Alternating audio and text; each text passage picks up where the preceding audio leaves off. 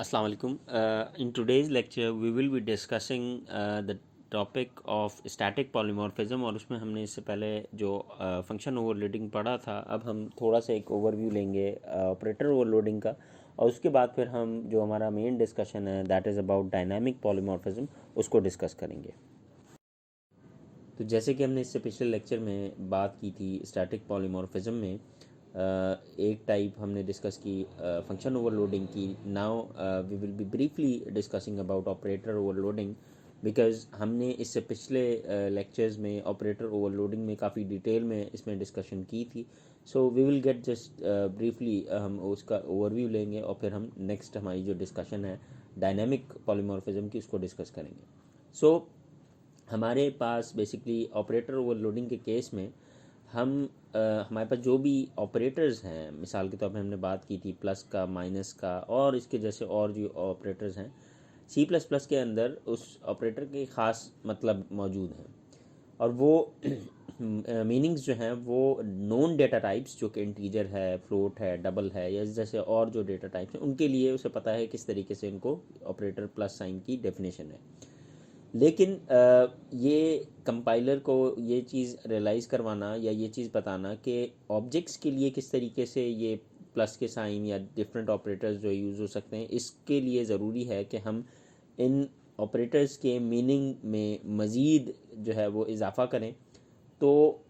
उसमें हमें जो मीनिंग है साइन, उसको usual addition operator, let's say अगर मैं यहाँ मिसाल लूँ तो उसमें हमें ऑपरेंड के हिसाब से उस ऑपरेटर की डेफिनेशन में कुछ इजाफा करना पड़ेगा। तो after doing that operator overloading, हम बहुत आसानी के साथ उसी प्लस साइन की मदद से दो कॉम्प्लेक्स नंबर्स को भी ऐड कर सकते हैं। जैसे हमने कॉम्प्लेक्स नंबर की जो डिस्कशन की थी इससे पिछले स्लाइड में, तो हम यहाँ पे ऑपरेटर ओवरलोडिंग के थ्रू दो ऑब्जेक्ट्स को भी, या कॉम्प्लेक्स नंबर्स कह लें, तो उनको भी ऐड कर सकते हैं। उसके लिए जो फंक्शन का नाम है किसी भी ओवरलोडेड फंक्शन का, वो ऑपरेटर पे बेस करता है कि कौन सा ऑपरेटर ओवरलोड करना है। और we use to write only a single function. जैसे कि हमने फंक्शन ओवरलोडिंग में देखा, हम मल्टीपल फंक्शन लिखते थे, सेम नाम देते थे। यहाँ पे ऐसा नहीं है, बल्कि यहाँ पे हम ऑपरेटर ओवरलोडिंग के लिए सिर्फ एक फंक्शन लिखेंगे और वो उस ऑपरेटर को मेंशन करते हुए हम बताएंगे कि किस तरीके से ये डिफरेंट ऑपरेटर्स के लिए काम करेगा। So as we discussed about static polymorphism, और हमने उसमें पिछली स्लाइड में डिस्कस किया था अबाउट ऑपरेटर फंक्शन ओवरलोडिंग, और हम इससे पहले फंक्शन ओवरलोडिंग भी डिस्कस कर चुके हैं। ऑपरेटर ओवरलोडिंग की भी हमने इससे पिछली स्लाइड में देखा कि हमने जो डिटेल डिस्कशन की थी, तो ये बेसिकली दोनों चीज़ें आती हैं स्टैटिक पॉलीमॉर्फिज्म के कैटेगरी में। Now we will be discussing the merits and demerits of the static polymorphism, क्योंकि whenever we talk about static polymorphism, just to review the concept जो हमने इससे पिछले लेक्चर में डिस्कस किया था, कि स्टैटिक पॉलीमॉर्फिज्म के केस में बेसिकली कंपाइल टाइम पे ये डिसाइड होता है कि अगर कोई ओवरलोडेड फंक्शन बनाया गया है तो वो कौन सा उनमें से जो फंक्शन है वो एग्जीक्यूट किया जाएगा। So basically in case of this static polymorphism, जो कॉल होती है ओवरलोडेड मेथड की, वो कंपाइल टाइम पे, जैसे कि हमने पहले भी बात की, कि वो उस वक्त रिजॉल्व होता है कि कौन सा जो ओवरलोडेड मेथड है उनमें से, गिवन ओवरलोडेड मेथड में से एग्जीक्यूट किया जाएगा। सो इससे हमारे पास जो प्रोग्राम की स्पीड है, बेसिकली वी कैन से कि it helps us to create faster programs because it is decided on the compile time के कौन सा फंक्शन चलाया जाएगा। इसी तरीके से जब हम बात करते हैं कि कंपाइल टाइम पे ये रिजॉल्व होगा कि कौन सा ओवरलोडेड फंक्शन चलेगा या कौन सा फंक्शन ओवरलोडेड की कैटेगरी, जो जितनी भी हमने मेथड बनाए हैं, तो जो कॉल है मेथड की कंपाइल टाइम पे डिसाइड होने की वजह से, इसमें एक प्रॉब्लम ये आता है कि ये हमें रोकता है बेसिकली कि हम नए जो कोड के अंदर चीज़ हमें प्लग इन करनी है या मॉड्यूल्स को इनकॉर्पोरेट करना है या नए कोड को उसमें डालना है रन टाइम पे, तो वो फ्लेक्सिबिलिटी बेसिकली ख़त्म हो जाती है। इसी तरीके से ये जो फ्लेक्सिबिलिटी है कि रन टाइम पे basically you can plug in new code in your program, तो वो फ्लेक्सिबिलिटी बेसिकली हमें डायनामिक पॉलीमॉर्फिज्म के अंदर मिलती है, जो कि स्टैटिक में मौजूद नहीं है। सो अब जो हमारी अब अगली डिस्कशन है that will be about dynamic polymorphism, किस तरीके से ये डायनामिक पॉलीमॉर्फिज्म को हम इम्प्लीमेंट करेंगे। Okay, so to start the discussion on this dynamic polymorphism, हमने जैसे कि पहले भी बात की जो स्टैटिक पॉलीमॉर्फिज्म के केस में कि वहाँ पे हमारे पास जो ओवरलोडेड फंक्शन है, कंपाइलर जो है वो बेसिकली कंपाइल टाइम पे रिजॉल्व करता है कि कौन से अवेलेबल मेथड्स में से कौन से मेथड की कॉल जो है वो अडॉप्ट करेगा और कौन से मेथड को वो एग्जीक्यूट करने जाएगा। But when we consider this dynamic polymorphism, यहाँ पे जो डिसीजन है कि ये डिसाइड करना कि जी कौन सा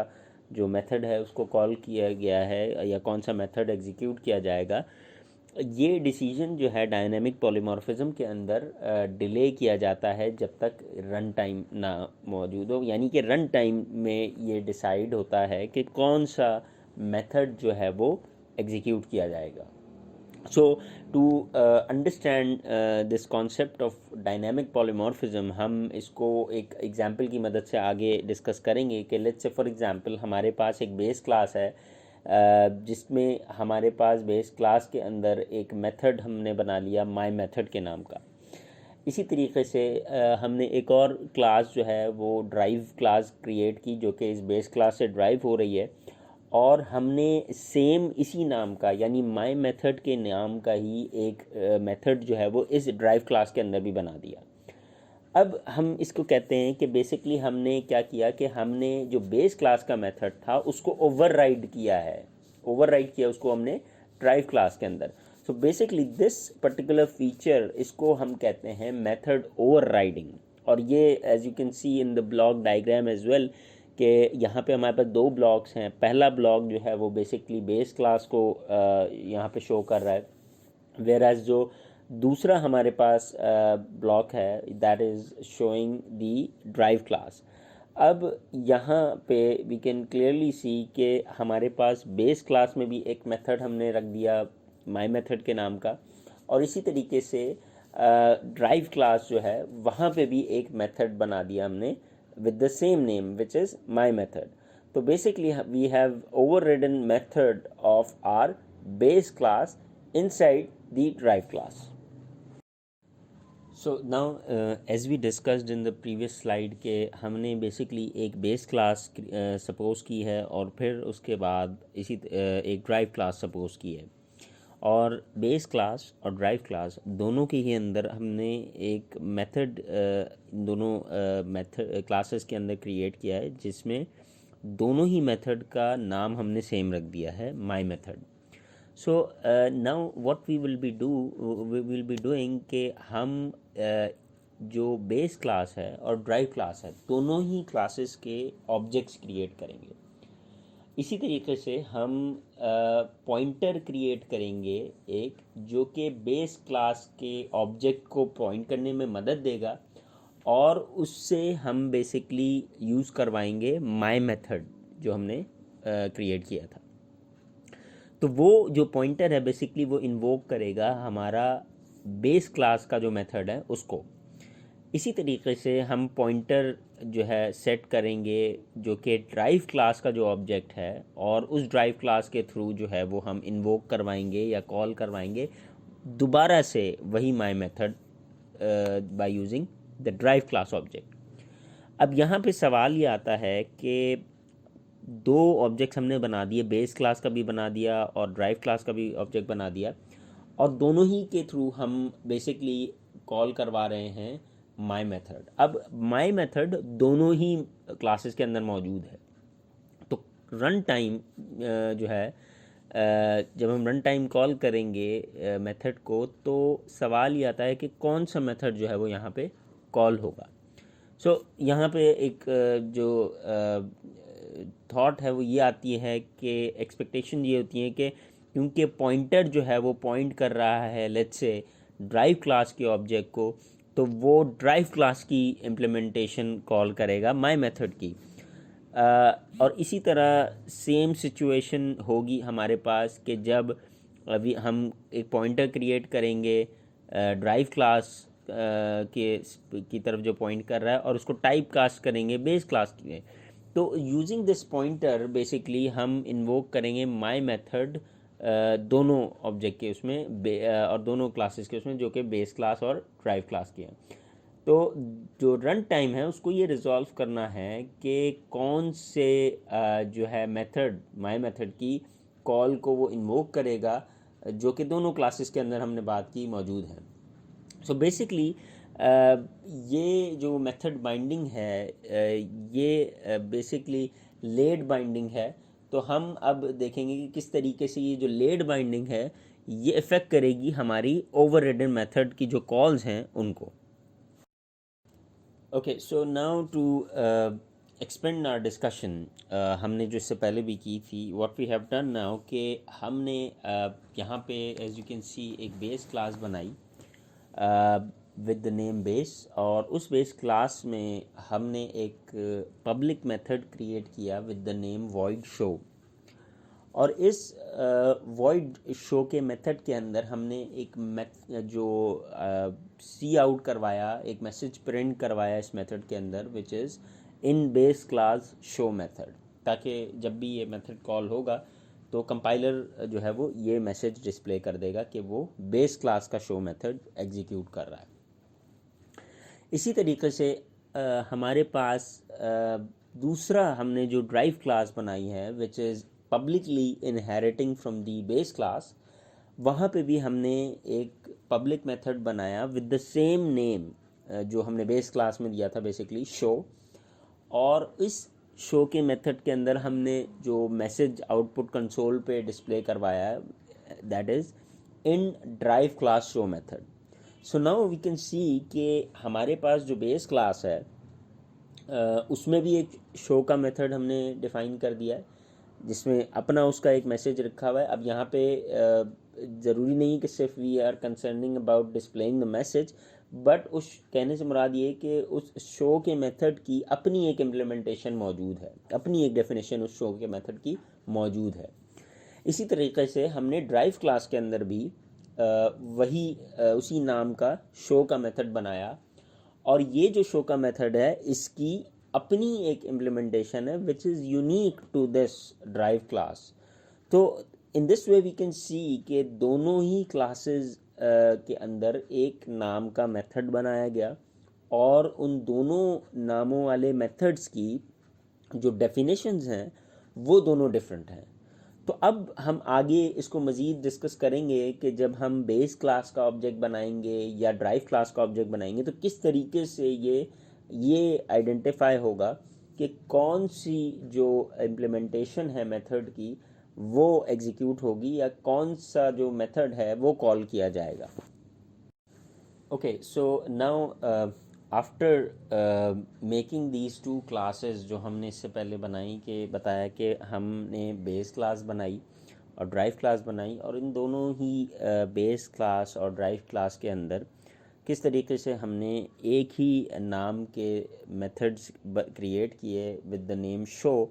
और अब हम जो इस स्लाइड में हमारी डिस्कशन होगी दैट विल बी अबाउट कि अब हम जो है मेथड की जो कॉलिंग है उसको बेसिकली यहाँ पे अब टेस्ट करने लगे हैं। तो हम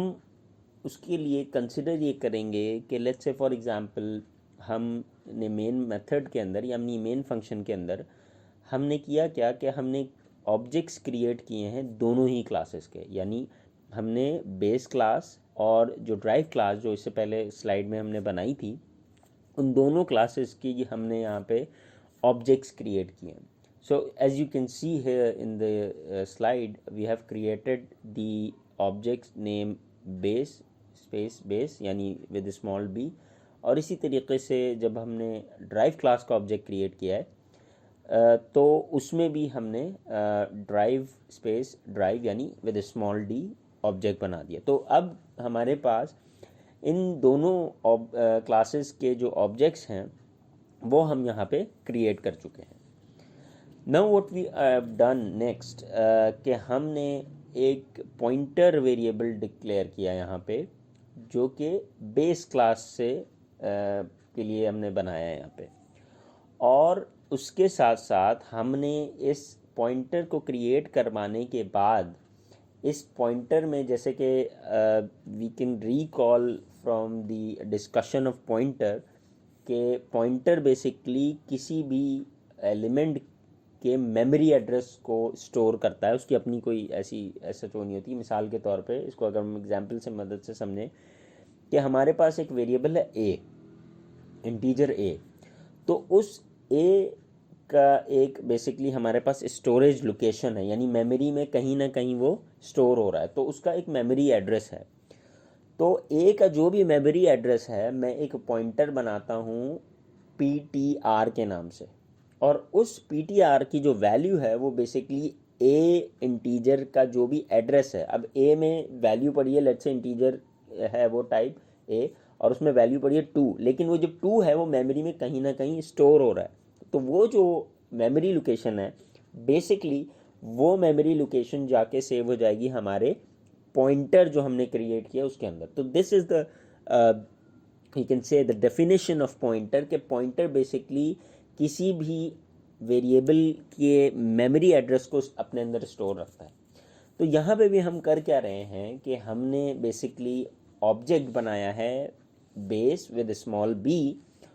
और हमने इससे पहले बात की थी, ये जो एंड ऑपरेटर आपको नज़र आ रहा है नेक्स्ट लाइन में, base static base PTR equals to and base, तो ये जो एंड का साइन है जहाँ पे भी लगा हुआ है, तो इससे मुराद ये कि we have some address of this object base, यानी ये जो स्मॉल बी से बेस ऑब्जेक्ट बनाया है इसका एक कोई ना कोई एड्रेस होगा, वो एड्रेस सेव हो जाए बेस PTR में, जो कि पॉइंटर टाइप का। यानी इसका मतलब ये हुआ कि हमने बेस क्लास का एक ऑब्जेक्ट क्रिएट किया, और इस ऑब्जेक्ट की का जो मेमोरी एड्रेस है उसको बेस PTR एक पॉइंटर के अंदर स्टोर कर दिया। अब हम क्या करेंगे कि now we will be using this pointer to call the base class का जो शो मेथड था, यानी बेस क्लास के अंदर जो हमने शो का मेथड बनाया था, हम इस पॉइंटर की मदद से उसको कॉल करेंगे। So that is why we have written base, और फिर जो मेंबर एक्सेस ऑपरेटर है, क्योंकि ये पॉइंटर है तो हमने इससे पहले भी डिस्कशन की थी कि नॉर्मली अगर ये शो मेथड होता तो हम डॉट लगाते, लेकिन क्योंकि ये पॉइंटर टाइप का है तो मेंबर सिलेक्शन ऑपरेटर इसका कुछ इस तरीके से होता है, विद डैश एंड जो ग्रेटर देन का साइन है उसके साथ। So we have done this. अब यहाँ पे बेसिकली जो प्रिंट होना चाहिए स्क्रीन पे या यूज़र कंसोल पे, वो इम्प्लीमेंटेशन ऑफ शो मेथड जो कि हमने कॉल किया है। वी हैव टू सी कि जब कंपाइल किया जाएगा कोड और फिर रन किया जाएगा कोड, कि कौन सा शो का मेथड जो है वो अब यहाँ पे एग्जीक्यूट होगा, so that we can be understanding के जो भी दोनों शो के मेथड जो हमने बेस क्लास में रखा था और जो इसी तरह हमने जो ड्राइव क्लास में रखा था, जो भी शो का मेथड अब कॉल होगा उसी का जो मैसेज है वो स्क्रीन पे डिस्प्ले हो रहा होगा। Okay, so as we were discussing in the previous slide कि हमने पहले क्या किया कि हमने बेस क्लास का एक ऑब्जेक्ट बनाया, ड्राइव क्लास का एक ऑब्जेक्ट बनाया, फिर हमने एक पॉइंटर क्रिएट किया जो कि जो बेस क्लास के ऑब्जेक्ट का जो एड्रेस है वो उस पॉइंटर में सेव हो जाए, और फिर हमने उसकी मदद से शो का मेथड कॉल करवाया। अब हम क्या करते हैं कि हमने जो ऊपर इस पिछली स्लाइड में जो पॉइंटर क्रिएट किया था, अब हम ये करते हैं कि हम उस पॉइंटर को बजाय बेस क्लास के, यानी बेस क्लास का पॉइंट के ऑब्जेक्ट को पॉइंट कर रहा था, अब हम उसी को नेक्स्ट स्टेप में ड्राइव क्लास के ऑब्जेक्ट की तरफ पॉइंट करवाते हैं, और फिर दोबारा से हम कॉल करते हैं शो का method, and we will see के किस तरीके से ये रिस्पॉन्ड करेगा। So that is why we have mention here कि base PTR is equals to and derived, यानी अब जो ड्राइव स्मॉल d के साथ हमने जो ऑब्जेक्ट बनाया था ड्राइव क्लास का, अब हमारे पास ये जो ड्राइव ऑब्जेक्ट है ड्राइव क्लास का, इसका जो भी एड्रेस है अब हम पहले हमने बेस क्लास के ऑब्जेक्ट का एड्रेस ptr में भेजा, अब हम ड्राइव क्लास का जो ऑब्जेक्ट है उसका मेमोरी एड्रेस ptr में भेज रहे हैं, और इस बार हम इस पॉइंटर यानी बेस ptr की मदद से दोबारा से वो शो का मेथड जो है वो एग्जीक्यूट करते हैं। So now we can expect कि अगर अब हम इस शो के मेथड को कॉल कर रहे हैं तो अब जो शो का मेथड कॉल होगा वो ड्राइव क्लास का जो शो का मेथड है वो कॉल होगा। अब in reality we will be discussing the result or the outcome of this whole code after running the program, और हम समझने की कोशिश करेंगे कि किस तरीके से और कैसे हमारे पास जो प्रोग्राम का आउटपुट है वो चेंज हो रहा है। इसी तरीके से हम वाइस वर्सा भी कर सकते हैं कि पहले जैसे हमने इससे पिछली स्लाइड में बेस ऑब्जेक्ट का जो एड्रेस है उसको पहले उस पॉइंटर के अंदर रखा और उसके बाद हमने ड्राइव का जो ऑब्जेक्ट का एड्रेस है उसको बेस पॉइंटर में मूव करवाया। हम ये भी कर सकते थे कि कोड में पहले हम पॉइंटर के अंदर ड्राइव क्लास के ऑब्जेक्ट का एड्रेस सेव करवाते और उसके बाद उसको नेक्स्ट स्टेप में बेस क्लास के जो ऑब्जेक्ट है उसकी तरफ एड्रेस करवाते, and then we can also check के जी कौन से शो का मेथड जब हम पॉइंटर के ज़रिए शो मेथड कॉल करवाते हैं तो कौन सी इम्प्लीमेंटेशन जो है वो रन होती। सो बेसिकली हम इसमें बेसिकली टाइप कास्ट कर रहे हैं पॉइंटर को बेस क्लास की तरफ और फिर दोबारा से इन्वोक कर रहे हैं जो शो का मेथड है। तो basically before we go into the detail कि जी किस तरीके से ये कोड रन होगा, first we will be considering a small code to understand कि what do we mean exactly by typecasting here. So before we do the previous code, उससे पहले it is important to understand the concept of typecasting कि typecasting क्या होती है। Basically if you can see this particular code जो हमारे पास यहाँ पे हमें नज़र आ रहा है कि हमने यहाँ पे लाइन 6 पे एक इंटीजर डिफ़ाइन किया, इंटीजर y1 जिसकी वैल्यू हमने 2 रखी, और इसी तरीके से इंटीजर y2 जिसकी वैल्यू हमने 3 रखी। फिर उसके बाद हमने किया क्या कि हमने जो लाइन नंबर 9 है उसमें जो y1 को डिवाइड किया y2 से, और उसकी जो इसका जो आंसर आया उसको हमने x1 में सेव कर दिया विच इज़ फ्लोट। अब इससे पहले if you remember from the data types from programming fundamental में भी हमने ये डिस्कशन किया है कि दोनों ही जो वैल्यूज़ हैं इंटीजर हैं y1 और y2, और जो डिवाइड किया जाएगा लेट्स से फॉर एग्जांपल अगर हम यहाँ पे 2 को 3 से डिवाइड करें so we will get some value of points में वैल्यूज़ आएगी विच इज़ अप्रॉक्सीमेटली 0.66। तो ये जो वैल्यू है ये इसकी टाइप इंटीजर नहीं है, इसकी टाइप फ्लोट बन रही है। सो अगर हम इंटीजर कोई x1 की वैल्यू इंटीजर रखते हैं तो ये वैल्यू जो है वो यहाँ पे नहीं आती because integer will can not hold the decimal values, लेकिन उसके बावजूद हमने यहाँ पे रखा फ्लोट x1। तो y1 और y2 को डिवाइड करने के बाद जो वैल्यू आ रही है 0.66, तो वो वैल्यू पॉइंट्स में होने के साथ साथ अगर हम इवन x1 को फ्लोट भी हमने रखा तब भी ये इसको x1 अकोमोडेट नहीं कर रहा क्योंकि y1 और y2 की अपनी टाइप मैच नहीं कर रही x1 की टाइप से विच इज़ फ्लोट। तो इसीलिए if you can see in line 16 कि जहाँ हमने सी आउट करवाया है y1 डिवाइडेड बाय y2 की वैल्यू x1 को यानी मैं प्रिंट करवा रहा हूँ, तो you can see in the output console के y1 डिवाइडेड बाय y2 जहाँ x1 डिस्प्ले हो रहा है तो वहाँ 0 हमें नज़र आ रहा है। इसका मतलब है कि हमारे पास टाइप्स की वजह से ये इशू आ रहा है कि we can not display the value of x1। तो in order to make it workable हम टाइप कास्टिंग का सहारा लेते हैं। So what we do when we apply this type casting के लाइन नंबर 13 में इफ़ यू कैन सी हमने जो x2 है उसको भी फ्लोट रखा जिस तरह x1 को हमने फ्लोट रखा, और हमने y1 डिवाइडेड बाय y2 अब y1 के अक्रॉस हमने एक ब्रैकेट लगा के, राउंड ब्रैकेट, हमने उसको फ्लोट बना दिया। अब जो y1 डिवाइड बाय y2 हो रहा है, तो overall we can get this value as float. ये दो तरीक़े हैं बेसिकली टाइप कास्ट करने के, जो लाइन 13 और 14 में दोनों एक ही, इन दोनों का पर्पज़ एक ही है। कुछ कंपाइलर्स में पहला वाला तरीका काम करता है, कुछ कंपाइलर्स में दूसरा वाला करता है। तो ज़रूरी नहीं है कि तमाम कंपाइलर्स या तमाम आपके पास जो इंटरफेसेस हैं उसमें ये दोनों तरीक़े काम करें। But the important point here is to understand कि हमने जो हमारी लेफ़्ट वाली साइड थी, यानी फ्लोट x2 या फ्लोट x3 लाइन 13 और 14 में, उसकी टाइप थी फ्लोट, और जो डिवाइड होकर भी जो वैल्यू आ रही थी ना, तो वो भी हमारे पास फ्लोट थी। लेकिन y1 और y2 की अपनी जो डेटा टाइप है वो इंटीजर है। तो हमने राइट साइड को टाइप कास्ट किया basically by writing that float in both the lines, line 13 पे भी और लाइन 14 पे भी। That is why if you can सी, हमने 17 और 18 लाइन में बेसिकली प्रिंट करवाया है x2 और x3 को। तो x2 और x3 दोनों ही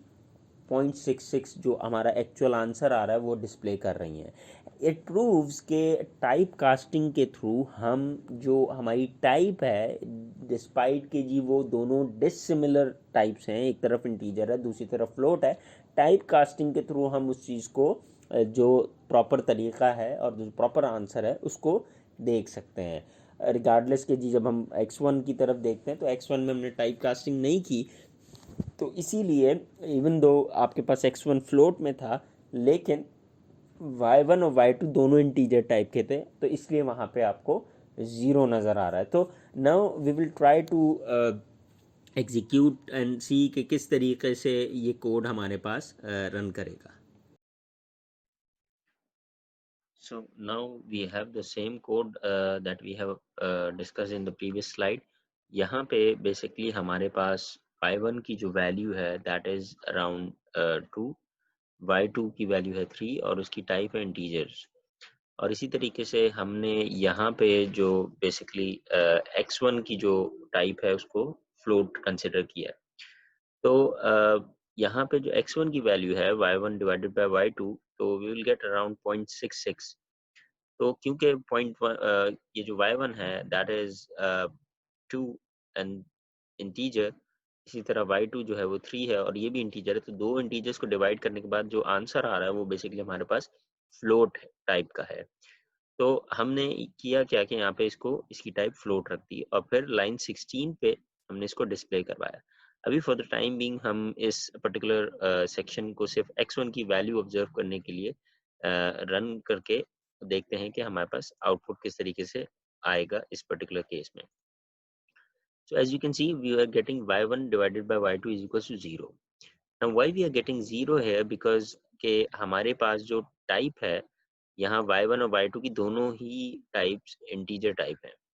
और जो आंसर है वो फ्लोट में। तो इसका मतलब ये है कि टाइप का एक मिसमैच है, जिसकी वजह से हमारे पास ये जो फ्लोट नंबर है ये रिगार्डलेस के जी x1 की फ्लोट टाइप है, ये नहीं इसको कंसिडर करेगा।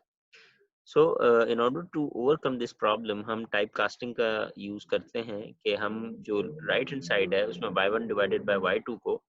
या तो इस तरीके से फ्लोट लिख सकते हैं या फिर इस तरीके से। दोनों ही केसेस वैलिड हैं। कुछ कंपाइलर्स में ये प्रोसीजर चलता है, कुछ में ये। तो हमने लेफ्ट साइड को तो फ्लोट बताया है, लेकिन राइट साइड को भी जो भी y1 y2 क्योंकि इंटीजर है उनका जो आंसर है वो फ्लोट में है, तो इसलिए टाइप कास्ट करके इसको फ्लोट यहाँ पे हमने मेंशन किया है। तो जब हम इसी तरीके से यहाँ पे सी आउट करवाएंगे x2 और x3 की वैल्यूज को, तो यू कैन सी कि x2 और x3 की जो वैल्यूज हैं हमारे पास यहाँ पे वो फ्लोट टाइप कास्ट करने की वजह से रिजल्ट्स शो कर रहे होंगे। तो we will try to compile this code and see के जी आउटपुट हमारे पास किस तरीके से जनरेट हो रहा है। So after the compilation of the code, as you can see in this particular output, we have this float y1 divided by y2 0.66, and if I put bracket with the float and then I put 0.66, तो यहाँ पे भी ये answer दे रहा है और x1 के case में नहीं दे रहा था क्योंकि यहाँ पे टाइप कास्टिंग नहीं हुई भी थी हमारे पास। Okay, so after discussing the previous code, now what we can do कि हम दोबारा उसी कोड की तरफ आते हैं जो हमने इससे पहले डिस्कस किया था। इस कोड में basically what we have done कि हमने एज वी मेंशनिंग बिफोर कि हमारे पास बेसिकली दो क्लासेस हैं, एक बेस क्लास है और दूसरी ड्राइव क्लास है। दोनों ही क्लासेस में बेस क्लास और ड्राइव क्लास के अंदर हमने शो का मेथड बनाया और उसके बाद हमने क्या किया कि यहाँ पे हमने लाइन 23 पे बेस का ऑब्जेक्ट बनाया और लाइन 24 पे ड्राइव क्लास का ऑब्जेक्ट बनाया। उसके बाद हमने लाइन 26 पे क्या किया कि हमने जो बेस क्लास का ऑब्जेक्ट है उसका एड्रेस जो है वो एक बेस पीटीआर पॉइंटर में सेव करवाया और इस बेस पॉइंटर से मैंने शो का मेथड कॉल करवाया। अब इसका मतलब ये हुआ कि इसको बेस क्लास का जो मैसेज है वो डिस्प्ले करवाना चाहिए। सो यू कैन सी कि वो बेस क्लास शो मेथड ही यहाँ पे डिस्प्ले कर रहा है।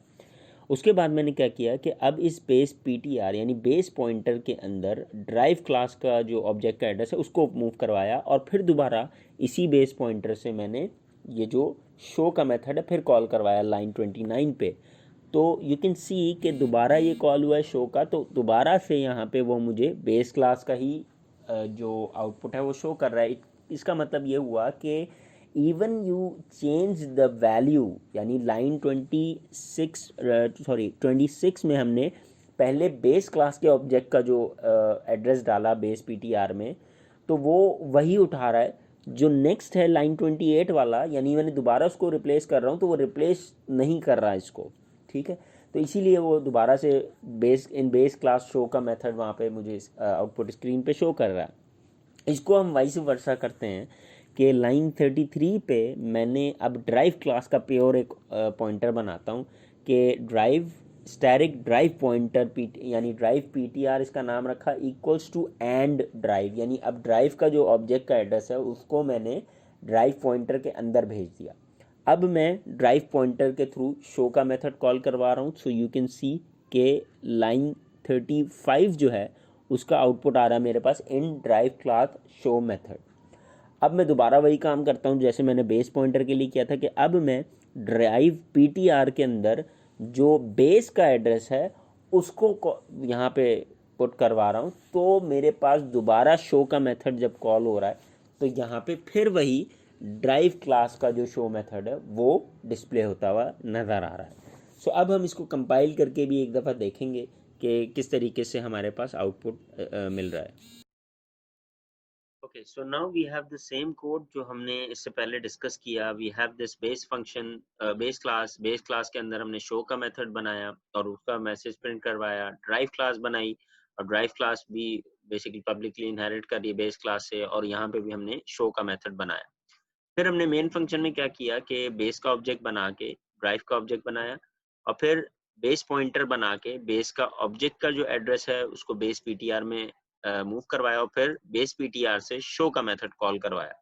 और फिर हमने अब ड्राइव क्लास के ऑब्जेक्ट का एड्रेस मूव करवा दिया बेस पीटीआर में और दोबारा से बेस पीटीआर का जो पॉइंटर है उसके थ्रू शो का मेथड कॉल किया।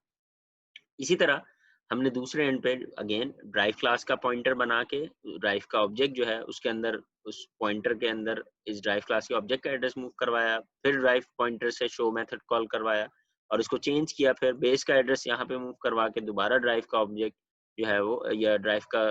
पॉइंटर के थ्रू जो शो का मेथड कॉल किया। So now we will try to compile this code and we see कि जी किस तरीके से ये आउटपुट हमारे पास यहाँ पे हमें मिल रहा है।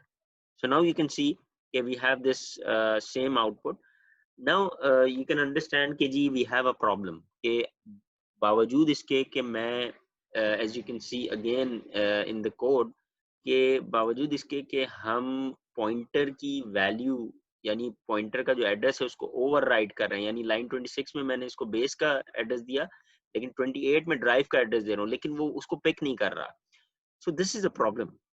Now in the next lecture, we will be discussing के how to resolve such issues कि जी अगर मेरे पास एक ही नाम का मेथड दोनों ही क्लासेस यानी ड्राइव और बेस क्लास के अंदर मौजूद है और फिर मैं जो बेसिकली उस ऑब्जेक्ट के थ्रू उस के मेथड को कॉल कर रहा हूँ तो कंपाइलर को किस तरीके से ये चीज रियलाइज करेगा वो या समझेगा कि कौन से जब मैं चेंज कर रहा हूँ बेसिकली यहाँ पे, तो वो चेंज करे बेसिकली, और वो ड्राइव का ही शो मेथड चलाता, लेकिन वो यहाँ नहीं चला रहा। So in next lecture we will be discussing about the solution, कि किस तरीके से हम इसको सही कर सकते हैं। So till then, thank you very much. अल्लाह हाफिज।